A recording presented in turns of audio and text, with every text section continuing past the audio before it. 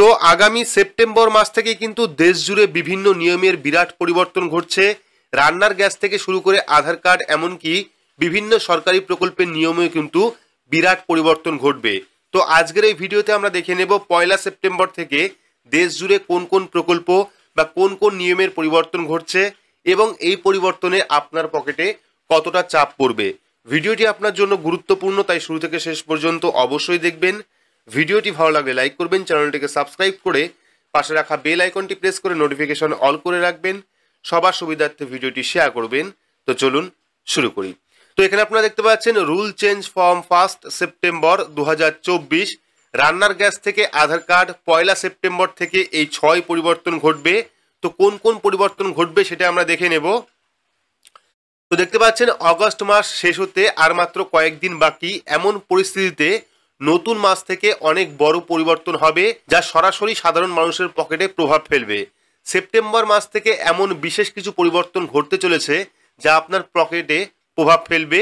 এই পরিবর্তনগুলির মধ্যে এলপিজি গ্যাসের সিলিন্ডারের দাম থেকে শুরু করে ক্রেডিট কার্ডের নিয়ম, এই সবই অন্তর্ভুক্ত রয়েছে। এছাড়াও সরকারি কর্মচারীদের জন্য মহার্ঘ ভাতা সংক্রান্ত বিশেষ ঘোষণাও কিন্তু আসতে পারে। তো এবার আমরা দেখে নেব সেপ্টেম্বর মাসে কি কি নিয়মের পরিবর্তন ঘটছে এবং এর প্রভাবে আপনার পকেটে কতটা চাপ পড়বে।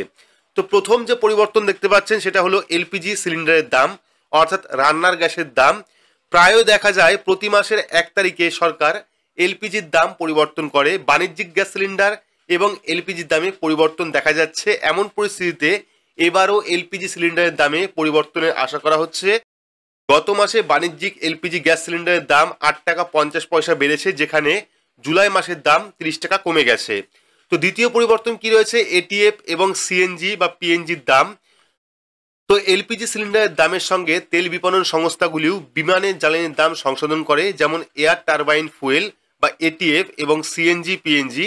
এই কারণে প্রথম তারিখে তাদের দামের পরিবর্তনও কিন্তু দেখা যেতে পারে। তো এর পরের যে পরিবর্তন সেটা হলো ভুয়ো কল সংক্রান্ত নিয়ম। তো পয়লা সেপ্টেম্বর থেকে ভুয়ো কল ও মেসেজ নিষিদ্ধ করা হতে পারে। ট্রাই টেলিকম সংস্থাগুলিকে ভুয়ো কল এবং ভুয়ো মেসেজ রোধ করার নির্দেশ দিয়েছে। এর জন্য ট্রাই করা নির্দেশিকা জারি করেছে। Jio, Airtel, Vodafone, idea, BSNL এর মতো টেলিকম সংস্থাগুলিকে 30 সেপ্টেম্বরের মধ্যে টেলিমার্কেটিং কল এবং বাণিজ্যিক মেসেজিং 140টি মোবাইল নাম্বার সিরিজ থেকে ব্লকচেইন ভিত্তিক ডিএলটি অর্থাৎ ডিস্ট্রিবিউটেড লেজার প্রযুক্তি প্ল্যাটফর্মে স্থানান্তর করতে বলেছে। আশা করা হচ্ছে পয়লা সেপ্টেম্বর থেকে ফেক কল নিষিদ্ধ করা হবে, অর্থাৎ স্প্যাম যে কল আসে সেই স্প্যাম কল কিন্তু পয়লা সেপ্টেম্বর থেকে বন্ধ করে দেওয়া হবে, আর আপনার ফোনে কিন্তু স্প্যাম কল আসবে না। পরবর্তী কি রয়েছে, ক্রেডিট কার্ড সংক্রান্ত নিয়ম। তো এইচডিএফসি ব্যাংক পয়লা সেপ্টেম্বর থেকে ইউটিলিটি লেনদেনে রিওয়ার্ড পয়েন্টে সীমা নির্ধারণ করতে চলেছে, যার অধীনে গ্রাহকরা এই লেনদেনে প্রতি মাসে মাত্র 2000 পয়েন্ট পেতে পারেন। থার্ড পার্টি অ্যাপের মাধ্যমে শিক্ষাগত অর্থ প্রদানের জন্য এইচডিএফসি ব্যাংক কোনো রকম রিওয়ার্ড দেবে না। এইচডিএফসি ফার্স্ট ব্যাংক সেপ্টেম্বর থেকে ক্রেডিট কার্ডের প্রদেয় ন্যূনতম পরিমাণ কমিয়ে দেবে। পেমেন্টের তারিখও 18 থেকে কমিয়ে 15 দিন করা হবে। এটি ছাড়াও একটি পরিবর্তন করা হয়েছে। পয়লা সেপ্টেম্বর থেকে ইউপিআই এবং অন্যান্য প্ল্যাটফর্মে অর্থ প্রদানের জন্য রুপে ক্রেডিট কার্ড ব্যবহারকারী গ্রাহকরা অন্যান্য পেমেন্ট পরিষেবা প্রদানকারী ক্রেডিট কার্ড ব্যবহারকারীদের মতো একই রিওয়ার্ড পয়েন্ট কিন্তু পাবেন। তো পঞ্চম পরিবর্তন কি রয়েছে, মহার্ঘ ভাতা। সেপ্টেম্বরে কেন্দ্রীয় সরকারি কর্মচারীদের জন্য একটি বড় ঘোষণার সম্ভাবনা রয়েছে। আশা করা হচ্ছে সরকার কর্মীদের মহার্ঘ ভাতা 3% বাড়িয়ে দিতে পারে। বর্তমানে সরকারি কর্মচারীদের 50% মহার্ঘ ভাতা বা দিয়ে দেওয়া হচ্ছে, সেখানে 3% বাড়ানোর পর তা হবে 53%। ষষ্ঠ পরিবর্তন কি রয়েছে, বিনামূল্যে আধার কার্ড আপডেট। তো বিনামূল্যে আধার কার্ড আপডেটের শেষ তারিখ 14 সেপ্টেম্বর নির্ধারিত করা হয়েছে। এরপরে আপনি আধার সম্পর্কিত কিছু জিনিস বিনামূল্যে আপডেট করতে পারবেন না। 14 সেপ্টেম্বরের পরে আধার আপডেট করার জন্য একটি ফি কিন্তু আপনাকে দিতে হবে।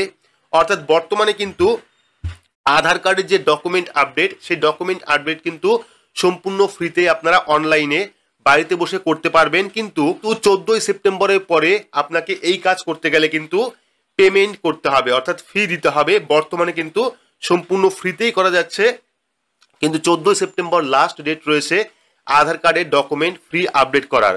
যাই হোক, এর আগে বিনামূল্যে আধার কার্ড আপডেটের শেষ তারিখ ছিল 14 জুন, যা 14 সেপ্টেম্বর পর্যন্ত বাড়ানো হয়েছে। এছাড়াও এবার আসি রাজ্যের প্রকল্পে। এই সেপ্টেম্বরের শেষেই কিন্তু দুয়ারে সরকার ক্যাম্পের মাধ্যমে লক্ষ্মীর ভান্ডার প্রকল্পে আপনারা আবেদন করতে পারবেন। তবে এখনো পর্যন্ত দুয়ারে সরকার ক্যাম্পের যে ডেট অর্থাৎ তারিখ অফিসিয়ালি কিন্তু ঘোষণা করা হয়নি। তবে মনে করা হচ্ছে সেপ্টেম্বরের শেষের দিকে কিন্তু দুয়ারে সরকার ক্যাম্প আবারও বসতে পারে আপনার এলাকায়। পাশাপাশি দুয়ারে সরকার ক্যাম্পের মাধ্যমে কিন্তু আপনারা বৃদ্ধ ভাতা প্রকল্পের জন্য আবেদন করতে পারবেন, এমনকি সরকারি 35টি প্রকল্পের জন্যও কিন্তু আপনারা এই ক্যাম্পে আবেদন করতে পারবেন। তো দুয়ারে সরকার ক্যাম্প কবে নাগাদ বসছে আপনার এলাকায় সেটা জানতে হলে অবশ্যই চ্যানেলটিকে সাবস্ক্রাইব করে রাখবেন। পরবর্তী সময় যখন সরকারি অফিসিয়ালি আপডেট আসবে সেই আপডেটও কিন্তু আপনারা চ্যানেলের মাধ্যমে পাবেন। তাই চ্যানেলটিকে সাবস্ক্রাইব করে পাশে রাখা বেল আইকনটি প্রেস করে নোটিফিকেশন অল করে রাখবেন।